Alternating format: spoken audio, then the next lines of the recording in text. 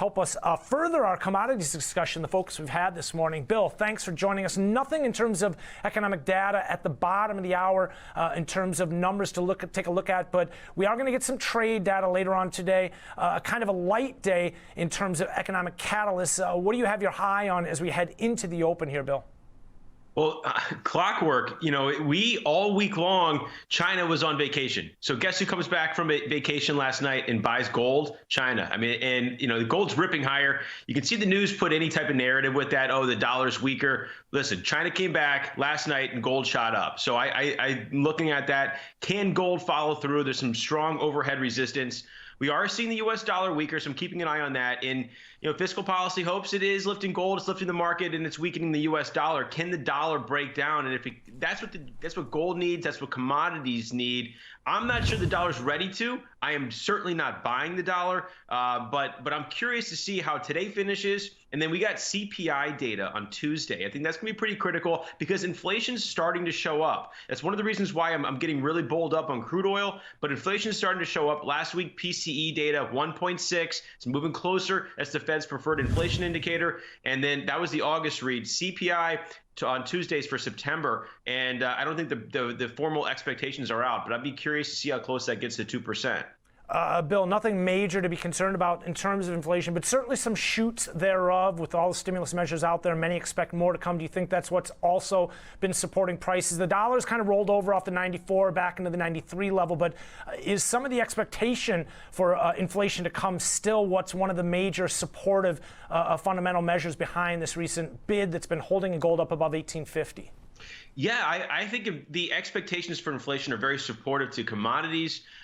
It's not something that I think is going to hold back the equity market. I don't think it's going to get the Fed, really worried at all. They've said they want to see it symmetrically past that 2% mark. But how can I trade a rise in inflation? And one of my best trades in Q4 is looking at the 10-year. And I've come on the show for years now, and I'm a rates lower for longer trader. I've been buying dips in the Treasury bonds for a very long time, but I think we're at an intermission. I think we're heading into the Q4. We had the election. We're going to start seeing some inflation. And once we get through the election, whether we get fiscal policy pieced together before it, or we get something right afterwards or right at the turn of the year, we're going to see more stimulus coming from Congress, and that means printing money. That means more supply of treasuries, and then you got the tailwinds of inflation.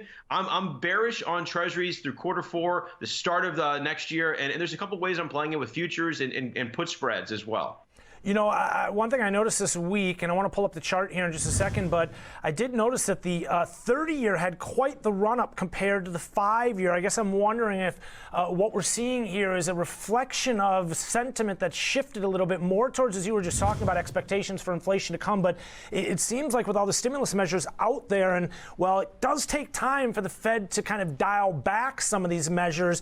Many investors are maybe voicing their opinion here, saying that if we do start to see some inflation, it could be, longer lasting than initially expected. Is this what this yield curve steepening is telling us at this point?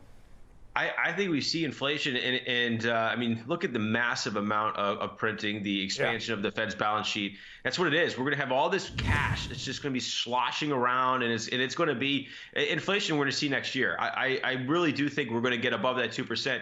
As a fundamental trader, so somebody who trades fundamental down to technicals, your idea is I could see how the market should be, but I got to remind myself, that's not where it is right now. Right, so you got to be very careful as a fundamental trader. So yeah, we could see inflation start to really show up in the Q1, but we're not going to see the Fed act on it, I think, until the second half of the year. But that rhetoric, we start seeing them dial back a little bit of their dovishness. We saw New York Fed President Williams earlier this week saying that the Federal Reserve really can't do much. They're already doing such extravagant measures. They can't do much more at this point. Everybody's pressuring Congress, so Congress really now needs to do the fiscal policy, infrastructure spending, and that's what really could get more inflation going. That's what's going to push those metals higher. I think copper, platinum could be a big one as well. So we could really start to see a nice move in the commodity sector because of more stimulus. Let's talk a little bit about how stimulus has impacted. It seems like crude oil prices giving it a little bit of lift. It seemed like crude kind of lost its enthusiasm as lawmakers were dragging their heels a little bit throughout the summer months, August, September, but has been inching higher. I guess I'm wondering right now, is more of this tied to some of the hurricane concerns? Because it seemed like in the last weeks, crude kind of shrugged off some of those concerns. Maybe it's the repetitious aspect of the frequency of these hurricanes now starting to actually impact price here a little bit, but we're getting a little bit of a lift. I guess the question is it a coincidence that it's tied to some of these stimulus expectations? I'd imagine not. Well, you like you said, I think it's a record hurricane season. Yeah. The crude oil did run up yesterday. No one was really positive. Excuse me, how hard that Hurricane Delta would hit the Gulf, and I think 92% is some shut in. I'm surprised to see crude a bit lower here today ahead of the weekend, but it's looking to make landfall, and that sometimes that could allude to actually less demand coming from crude oil. So in the near term, where hurricanes can shut the production down and spike the price, we can also see it actually hurt the demand part, and that could actually pull the prices lower too. So we're seeing a little push and pull. Comments from OPEC yesterday as well that the worst is over, and from Saudi Arabia, the oil minister there continuing to really try and push prices higher. So you have some of these fundamental tailwinds. I think the fact that it's refused to go lower when there were some of the worst demand outlooks over the last 2 months, I think says a lot. What we really need to do is start to see some more drawdowns from the EIA numbers in the coming weeks. But I think the technical landscape is setting up to really give a nice tailwind higher. We have a double bottom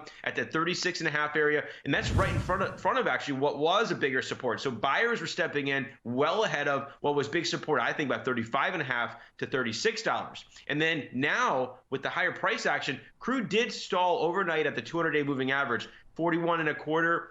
I have major 3-star resistance about 41.57, 41.75 on our research that goes out each day to clients. So what I was saying, you need to get a closeout above those levels, but you also have the 50-day moving average right around $41. We could get the golden cross. What crude needs to do is close out above about 41.50, 41.60, and it's going to feed on itself. And then you got a trend line from January that comes in here, right at the price action where we are right now. The continuous, we were pushing right against it. The continuous is pushing out above it. The December contract is right at it. So I think we could really get some technical tailwinds here. I started buying some call spreads in crude oil just to start getting my heels into it a bit. The 43, 47s, they were about 90 cents. We were also doing one of our programs. We're doing a bit of a condor where we're long a call spread and short a call spread above that, the 44, 47, 49, 50 to get it somewhere cheaper, about 55 cents. So there's a couple of ways that we're getting some exposure in crude oil in anticipation of a breakout, but we're not going to lose our shorts if we're wrong.